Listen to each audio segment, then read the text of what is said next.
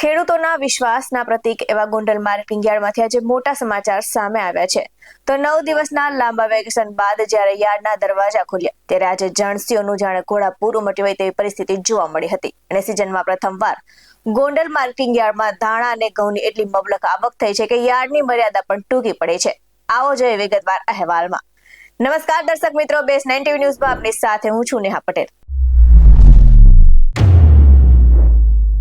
આખા ગુજરાતનું નંબર 1 ગણાતું ખેડૂતોનું તીર્થધામ એટલે કે ગોંડલ માર્કેટિંગ યાર્ડ. જ્યારે સીઝન જામી હોય ત્યારે અહીં ડુંગળીના ઢગલા, લાલ ચટક મરચાની હારવાળા અને દાણા જીરાની એવી સુગંધ આવે છે કે આખું ગોંડલ મહેકી ઉઠે છે. તો વેકેશન પૂર્ણ થતાની સાથે જ અહીં ખેડૂતો પોતાની જણસીઓ લઈને ઉમટી પડ્યા હતા. અને આ સાથે જ ચાલુ સિઝનમાં પ્રથમવાર દાણાની અંદાજે 1.15 લાખથી વધુ ગુણીની આવક નોંધાઈ છે. અને યાર્ડના મેદાનમાં જ્યાં નજર નાખો ત્યાં ધાણાના ઢગલા જ દેખાઈ રહ્યા છે. તો આ સાથે જ હરાજીની વાત કરીએ તો ધાણાના ભાવ પ્રતિ મણ રૂપિયા 1500 થી લઈને 2700 સુધી બોલાયા હતા. આ સાથે જ ખેડૂતો માટે ખુશીના સમાચાર એ છે કે ધાણીના 20 કિલોના ભાવ રૂપિયા 3000 સુધી પહોંચ્યા છે. અને જે ખેડૂતો માટે ફાયદાકારક સાબિત થઈ રહ્યા છે. તો માત્ર ધાણા જ નહીં પરંતુ ઘઉંની આવકે પણ ઇતિહાસ રચ્યો છે. તો યાર્ડમાં અંદાજે 80 થી 90,000 કટા ઘઉંની આવક થઈ હતી. અને આ સાથે જ ઘઉંના ભાવ 450 થી લઈને 650 બોલાયા હતા.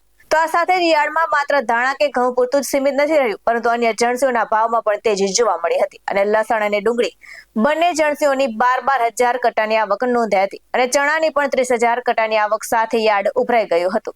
જોકે આટલી મોટી માત્રામાં માલ આવવાના કારણે યાર્ડના સત્તાધીશોએ માટે વ્યવસ્થા જાળવવી એક પડકારરૂપ બની ગઈ છે. તો વાહનોની લાંબી કતારો અને યાર્ડની અંદર જગ્યાના અભાવે અફરાતફરીનો માહોલ ન સર્જાય તે માટે તંત્ર સતર્ક બન્યું છે. તો હાલમાં એક મહત્વપૂર્ણ જાહેરાત કરવામાં આવી છે. એક તરફ માલની ભારે ભીડ છે તો બીજી તરફ હવામાન વિભાગ દ્વારા વરસાદની આગાહી કરવામાં આવી છે.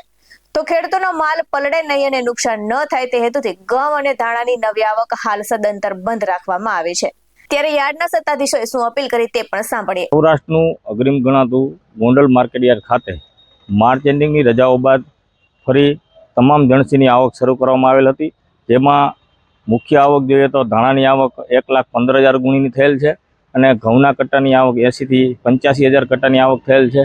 ધાણાના ભાવ જોઈએ તો 1500 થી લઈ અને 2700 સુધીના ભાવ બોલાયા છે. અને ધાણીમાં ભાવ જોઈએ 20 કિલોના તો 1800 થી લગાડીને 3000 સુધીના બોલાયા છે.